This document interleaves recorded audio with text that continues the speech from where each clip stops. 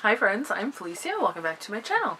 So you probably know that I love books, but you may also then guess that I love movies and TV, and I just really enjoy when people talk about the movies and TV that they're watching, so I thought maybe I would just give you an update or just talk a little bit about the stuff that I've been watching lately. So I'll start with TV.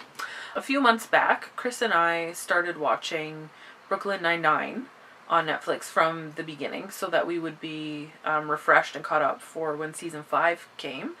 And so, yeah, we've been watching a lot of Brooklyn Nine-Nine over the last few months. This is probably like every time a new season comes out on Netflix, we like start from the beginning and watch it all over again. So that's really fun. I absolutely love the show. It's one of my favorites. The characters are just so funny in the story, and I just absolutely love it. When Fox canceled it for the day, I was just crushed. I was just broken. And then when NBC picked it up, I was so happy. So I'm really happy that we'll get season 6. We have just the season finale of season 5 left, and then we're done. And that's it. I don't know what we're gonna watch after that. The next show that I've been watching on Netflix has been Nailed It, which is a terrible cooking show. It's a Netflix original, and it's 3 contestants that are not skilled at baking at all try to recreate these really intense cakes and cupcakes and stuff like that. And it's just so bad. Like, it's so bad. There were some times when I was watching in season 1. Season 2 just dropped a couple weeks ago, but in season 1, like, I was just like laughing so hysterically because I could not believe how terrible these cakes were. Like, it was so funny. So if you enjoy watching people fail epically at things, then I would suggest watching the show because it's really funny. Another show that we've really been enjoying on Netflix is a show called Money for Nothing. It's originally a BBC show. And they just have the first season on Netflix, which is really sad because it's a really fun show. The premise of the show is that this woman who is really creative and has made a business taking used things and refurbishing them, making them into something new and selling them. She goes to the dump or the recycling center, and she finds 3 things that she thinks she can take and make something out of them and sell them for a profit. The thing is, she always keeps one project for herself and works on it, and then she brings the other two artisans and other people that are in kind of the refurbishing business. She brings them and they just try to make it a new thing, and then she takes it and tries to sell it, and then she takes the profits, if there are any profits, and gives them back to the people that she got those items from in the first place. And it's a really fun show. I just love that kind of thing, like refurbishing stuff and taking something that is destined for the dump and like making it new. I just absolutely love that, and the show's really fun. We just really enjoy it, and we're done this season that's on Netflix, and so I don't know if some of it's on YouTube, or if there's another website where we can watch it. That would be nice, because I would love to watch more of it. Okay, and then the last TV show that I have been watching lately by myself is my favorite show of all time, which is Chuck. It's been my favorite show forever. And it's one of the few shows that I actually, like, in the last decade have actually watched on TV. I just love that show. And so it's been a few years since I've watched through it, and so I decided a couple weeks ago that I would start watching it again. And so I've watched a couple episodes already, and I just love it so much. It's such a good show. I love the characters, I love the nerdiness, and I love, yeah, just all of it. If you are not familiar with Chuck, it's a show about this guy who is just like an ultimate geek. He works at the Buy More, which is like Best Buy kind of, and he works in the Nerd Herd, the Geek Squad, and one day he gets an email from his ex-college roommate, and he ends up getting a bunch of government secrets downloaded into his brain. And so an agent from the CIA and an agent from the NSA come, and they have to be his handlers while they try to get these secrets out of his head so that he can go back to his normal life. And absolutely, yeah, it's just one of my favorite shows of all time, and I'm just so happy that I started watching it again. So I talked a lot about TV shows already, and I've been watching some good movies. In June, Chris and I celebrated our 7th wedding anniversary, and so for our celebration we went to see Incredibles 2 because we love Pixar movies, and we really enjoyed it. It picks off right where the first movie ended, and I think they did a good job with the continuity of it, and well, yeah, and just like how they carried the story on and the story that they were telling. It was interesting, and yeah, we really enjoyed it. It was a lot of fun. Felt like the first one. Often sequels are disappointing. This one wasn't disappointing. So, yeah. If you like Pixar, I would say watch it. The next movie that I've seen in theaters, I've seen it twice now, and that's Ocean's 8. This movie is awesome. I love it. I would watch it again today. If someone was like, hey, you want to go watch Ocean's 8? I'd be like, yes, I want to go watch that. I've been a fan of the original Ocean's trilogy for like when they came out, and when I heard this movie was coming out, I was super pumped. I was so pumped, because whenever do a bunch of women get together and do a heist, firstly, and then they make this movie and it's amazing. Like, these women are all so capable and talented. They're not fighting and bickering with each other, and they're just totally confident, and they just go and do the thing, and they all know what they're doing, and it goes off, you know, the way you would expect it to, that it goes off perfectly in the end. And I just love it. Like, it just feels so good to see a movie about just like strong women, and there's no drama about men. There's nothing in there.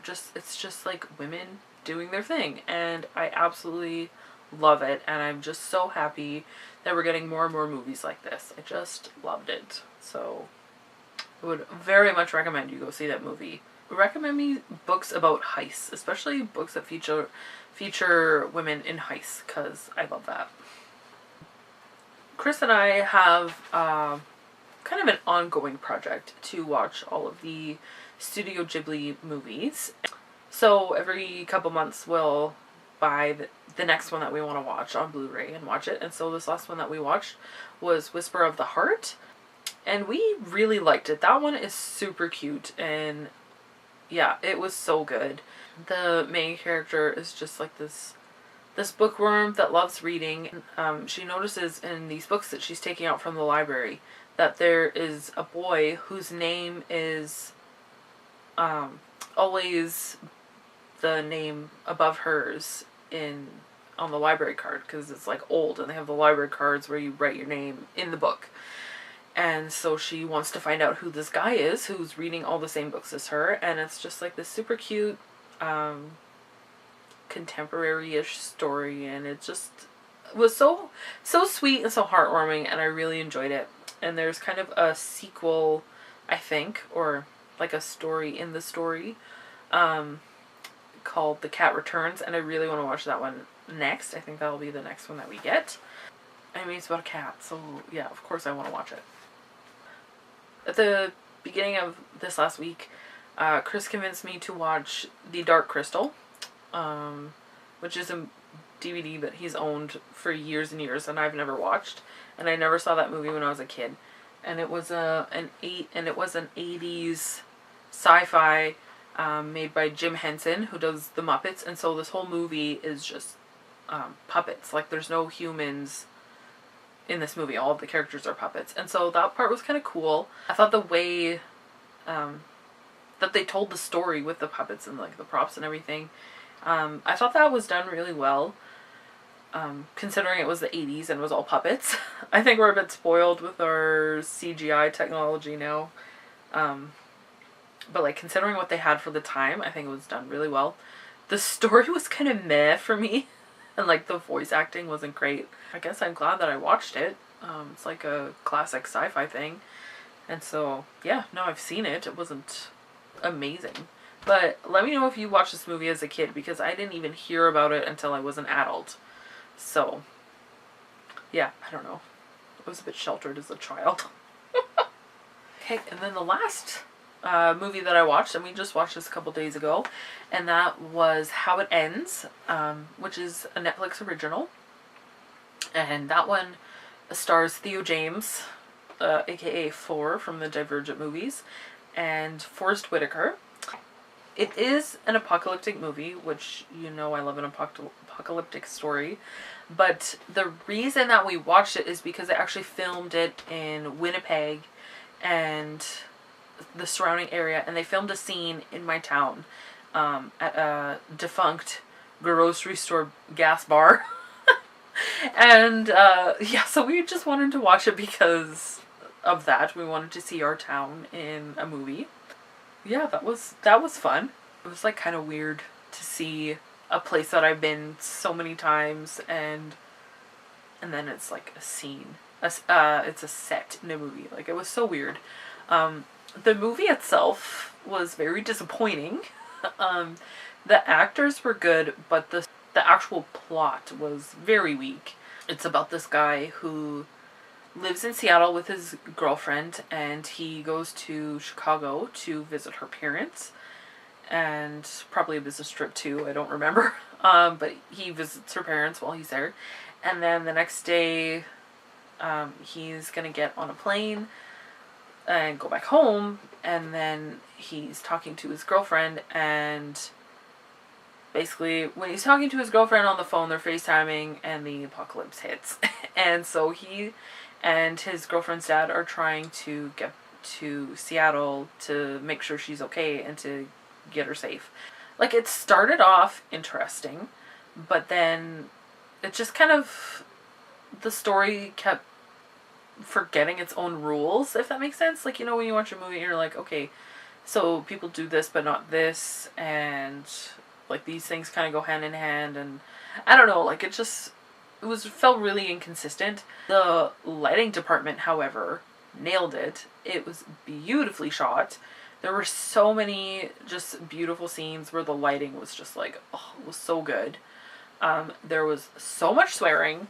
Like, Theo James needs to learn a new word besides the F word, and that was disappointing as well. You okay, Storm? All of a sudden this cat just like looks up. She's sitting on my desk. Big turd. But yeah, like, the movie itself wasn't very good.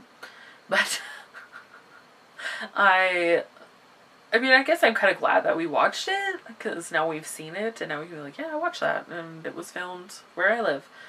And like, we could recognize so many other locations, and just like even the landscapes, because most of the movie is them driving, and it was just like, yeah, that looks like Manitoba. Like, yes, this looks like Manitoba. And I mean, it's supposed to look like the northern US, but I know where it was filmed, so that's what it looks like to me. But yeah, and then the ending. Oh, the ending was so disappointing. It was just like, really? I sat through 2 hours for this? But yeah, if you want to see the part that was filmed where I live, it's just after the 17.5-minute mark.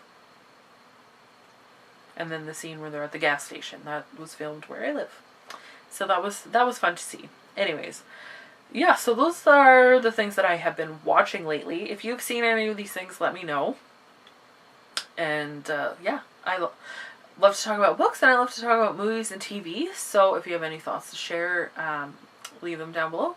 I'd love to have a chat in the comments. I was going to say, if you want to keep seeing these kinds of videos, let me know, but I'll probably just keep making them anyways, because it's fun for me. So, yeah. Yeah. So that's all that I have for today. So until next time, so long, and thanks for all the fish.